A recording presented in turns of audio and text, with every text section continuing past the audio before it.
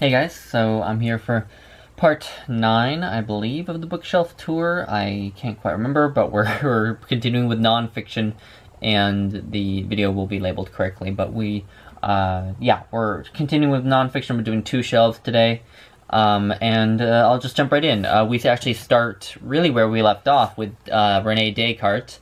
This is a discourse on method in the Oxford World Classics edition. I've been noticing that when I hold these covers up, a lot of the times they stay kind of blurry. It takes this camera a minute to come into focus, and I kind of feel bad how a lot of the covers I hold up are kind of blurry and out of focus. So I don't really know how to fix that. But anyway, we're gonna see how it goes. But anyway, that's Discourse on Method. The next one is a Spectrum of Hope. An optimistic and new approach to Alzheimer's disease and related and other dementias by Gayatri Devi, which I started last year but never quite finished. It's written in a way that I find a little hard to digest because it's written in sort of a series of case studies rather than with like any sort of overarching narrative about Alzheimer's and dementia, and I think I found that difficult to get into, but it's an important subject and kind of close to home because my grandfather died of Alzheimer's. But anyway, next up, this is my copy of the Journals of Lewis and Clark, which I tried to read last year and which I honestly am not sure is really readable. So I might just get rid of that. I really don't know how interesting they'll ultimately be to read. Next, this is Anatomy of Film by Bernard F. Dick.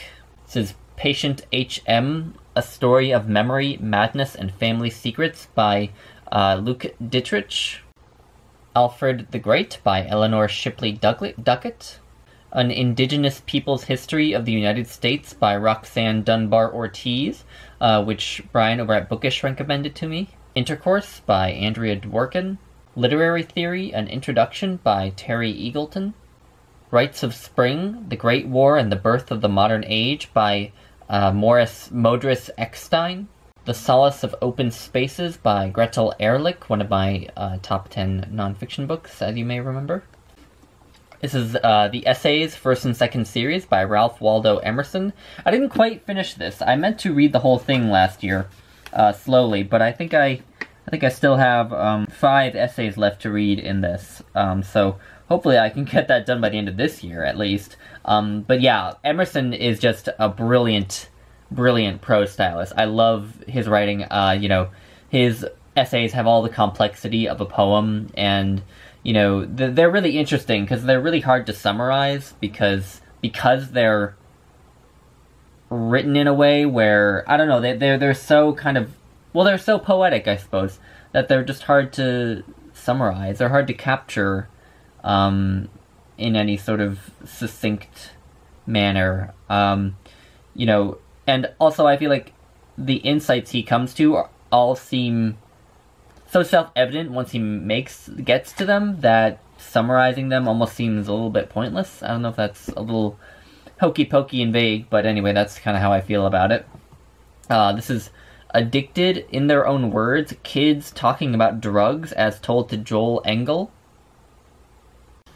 This is my little volume of the golden sayings of Epictetus. I've always been meaning to read some more of Epictetus's more rigorous writings. This is just a collection of sort of quotes from him.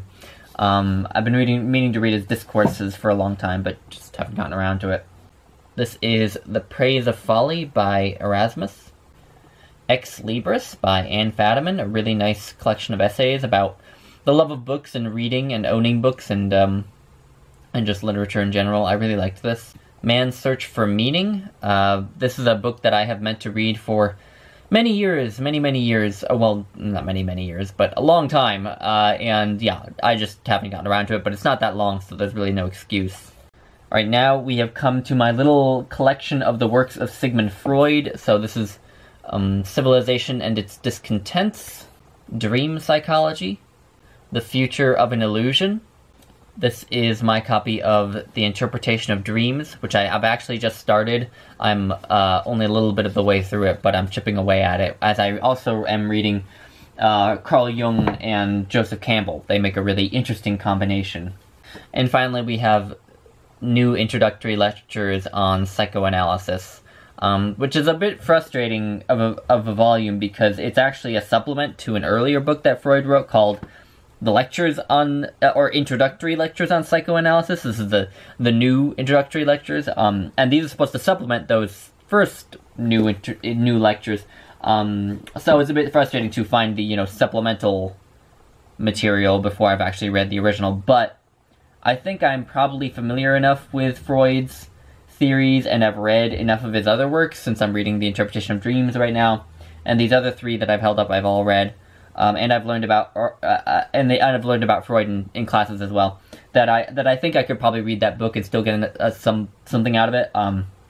But still, it's just kind of just a kind of quibble of mine is like I always want to have read the first thing before I read the second thing.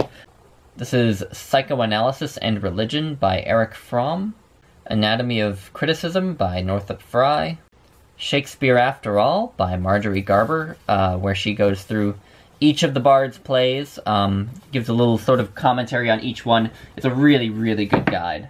Bad Feminist by Roxane Gay, The Journey Through Wales and the Description of Wales by Gerald of Wales, First World War by Martin Gilbert. I am really interested in the First World War, almost more than World War II, honestly, because I feel like it set the stage so intensely for so much of what came after it in the 20th century that, I've always wanted to learn more about it.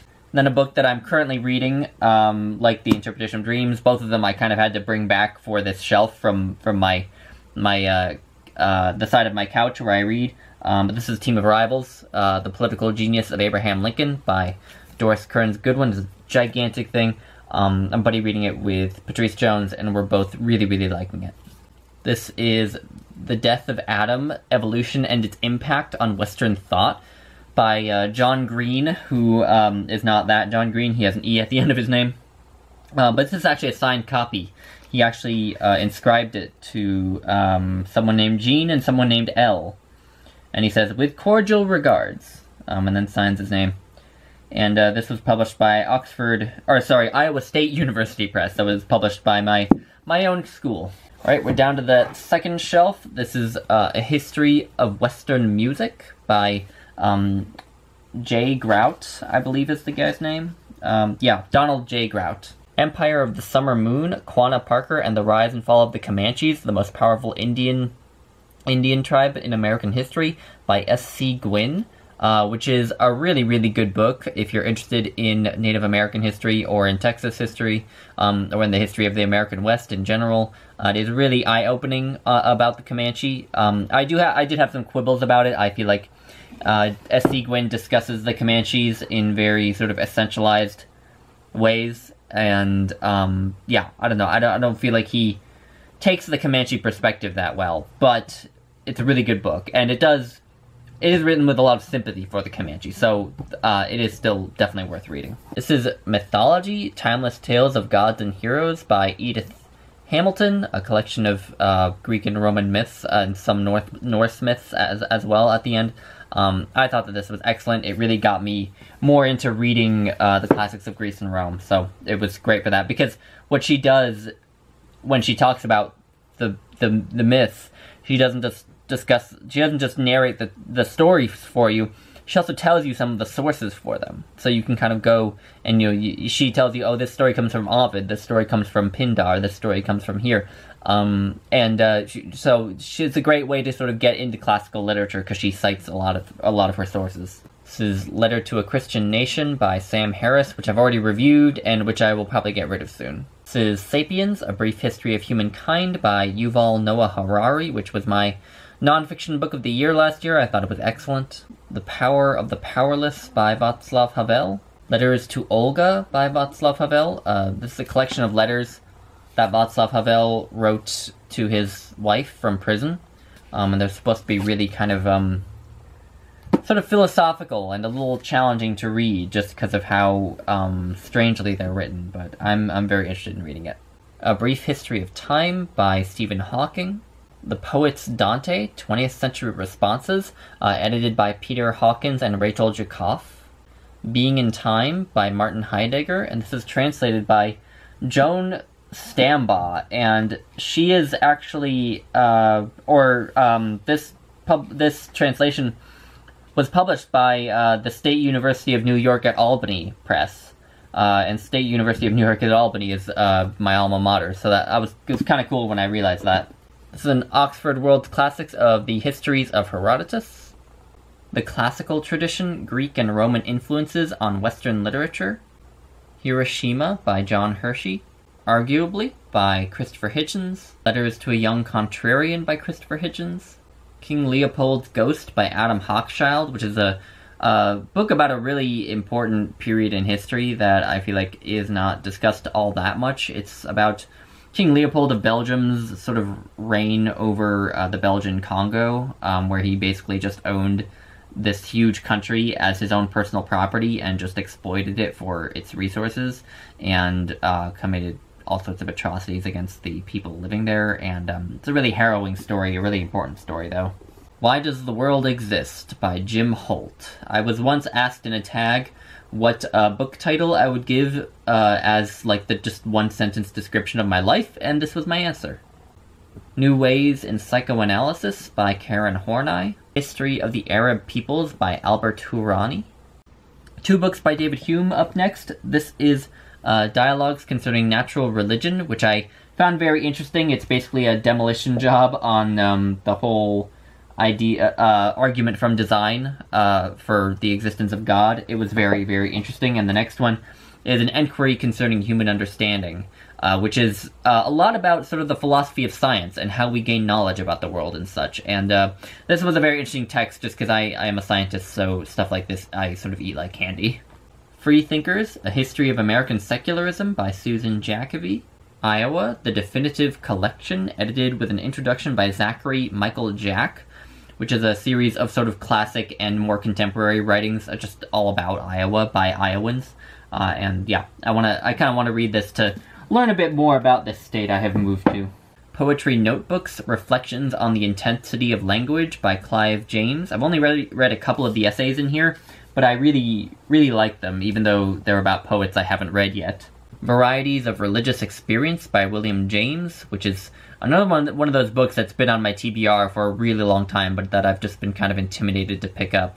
And finally, we end on a bit of a somber note. This is Night Falls Fast, Understanding Suicide by Kay Redfield Jameson, who also wrote An Unquiet Mind, her memoir about struggling with bipolar disorder, which is really good, and this is also really, really good. Really hard reading, but really, I think, an important book, just an important subject to learn about, especially with the suicide rate being as high as it is now, and if suicide has touched your life in any way, or your loved one's life, then this might be a book that would interest you.